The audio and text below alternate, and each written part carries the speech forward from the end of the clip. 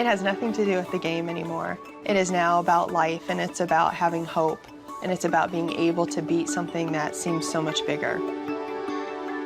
Grant Reed and his little brother Colin had to grow up Ohio State fans. Father Troy proposed to Mother Denise during halftime of the Michigan game in 1994.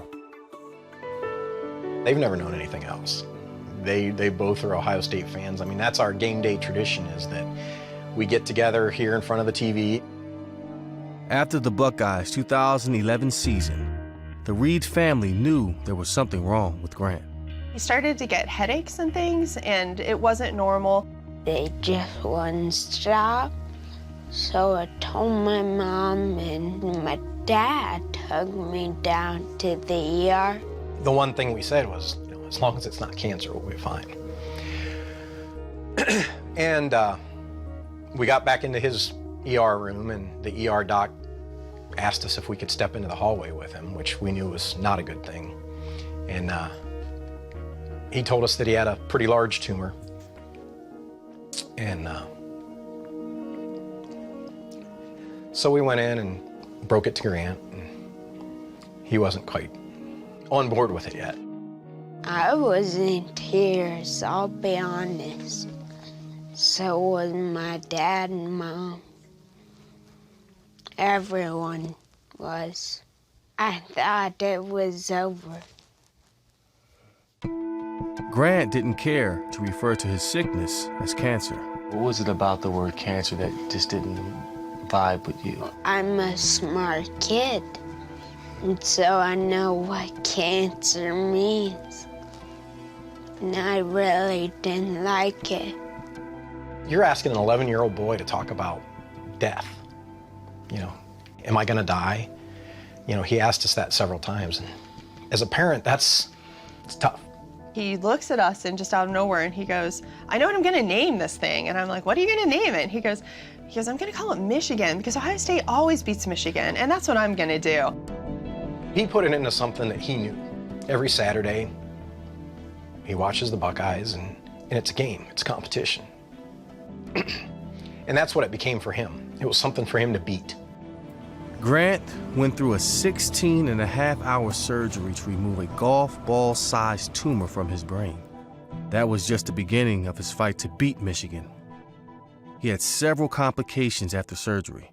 He developed posterior fossa syndrome. He couldn't talk, and he couldn't move his left side anymore, and he lost all forms of communication. He couldn't see very well. That was huge. That was a huge hit.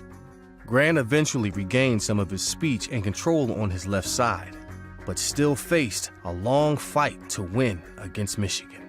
It was going to be a little over a year to actually get through all the treatments after he had his surgery. And they told us that all very upfront.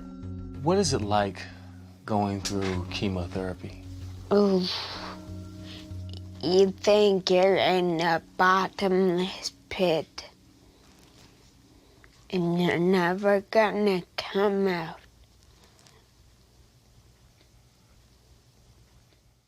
After 30 radiation treatments and 9 cycles of chemotherapy, Grant had done what 44 Buckeye teams did before, beat Michigan.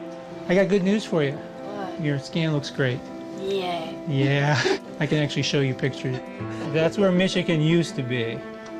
And Michigan's not there anymore, so it's all gone. You did very well. Yeah.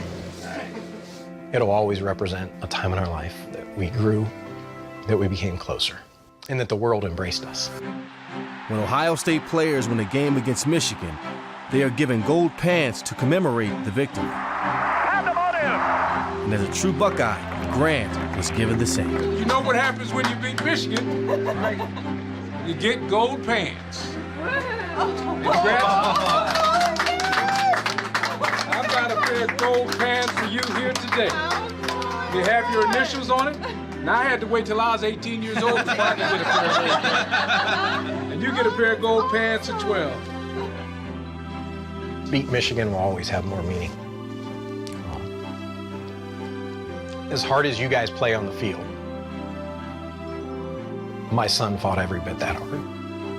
So for us, it will always have a deeper meaning than the football Saturdays.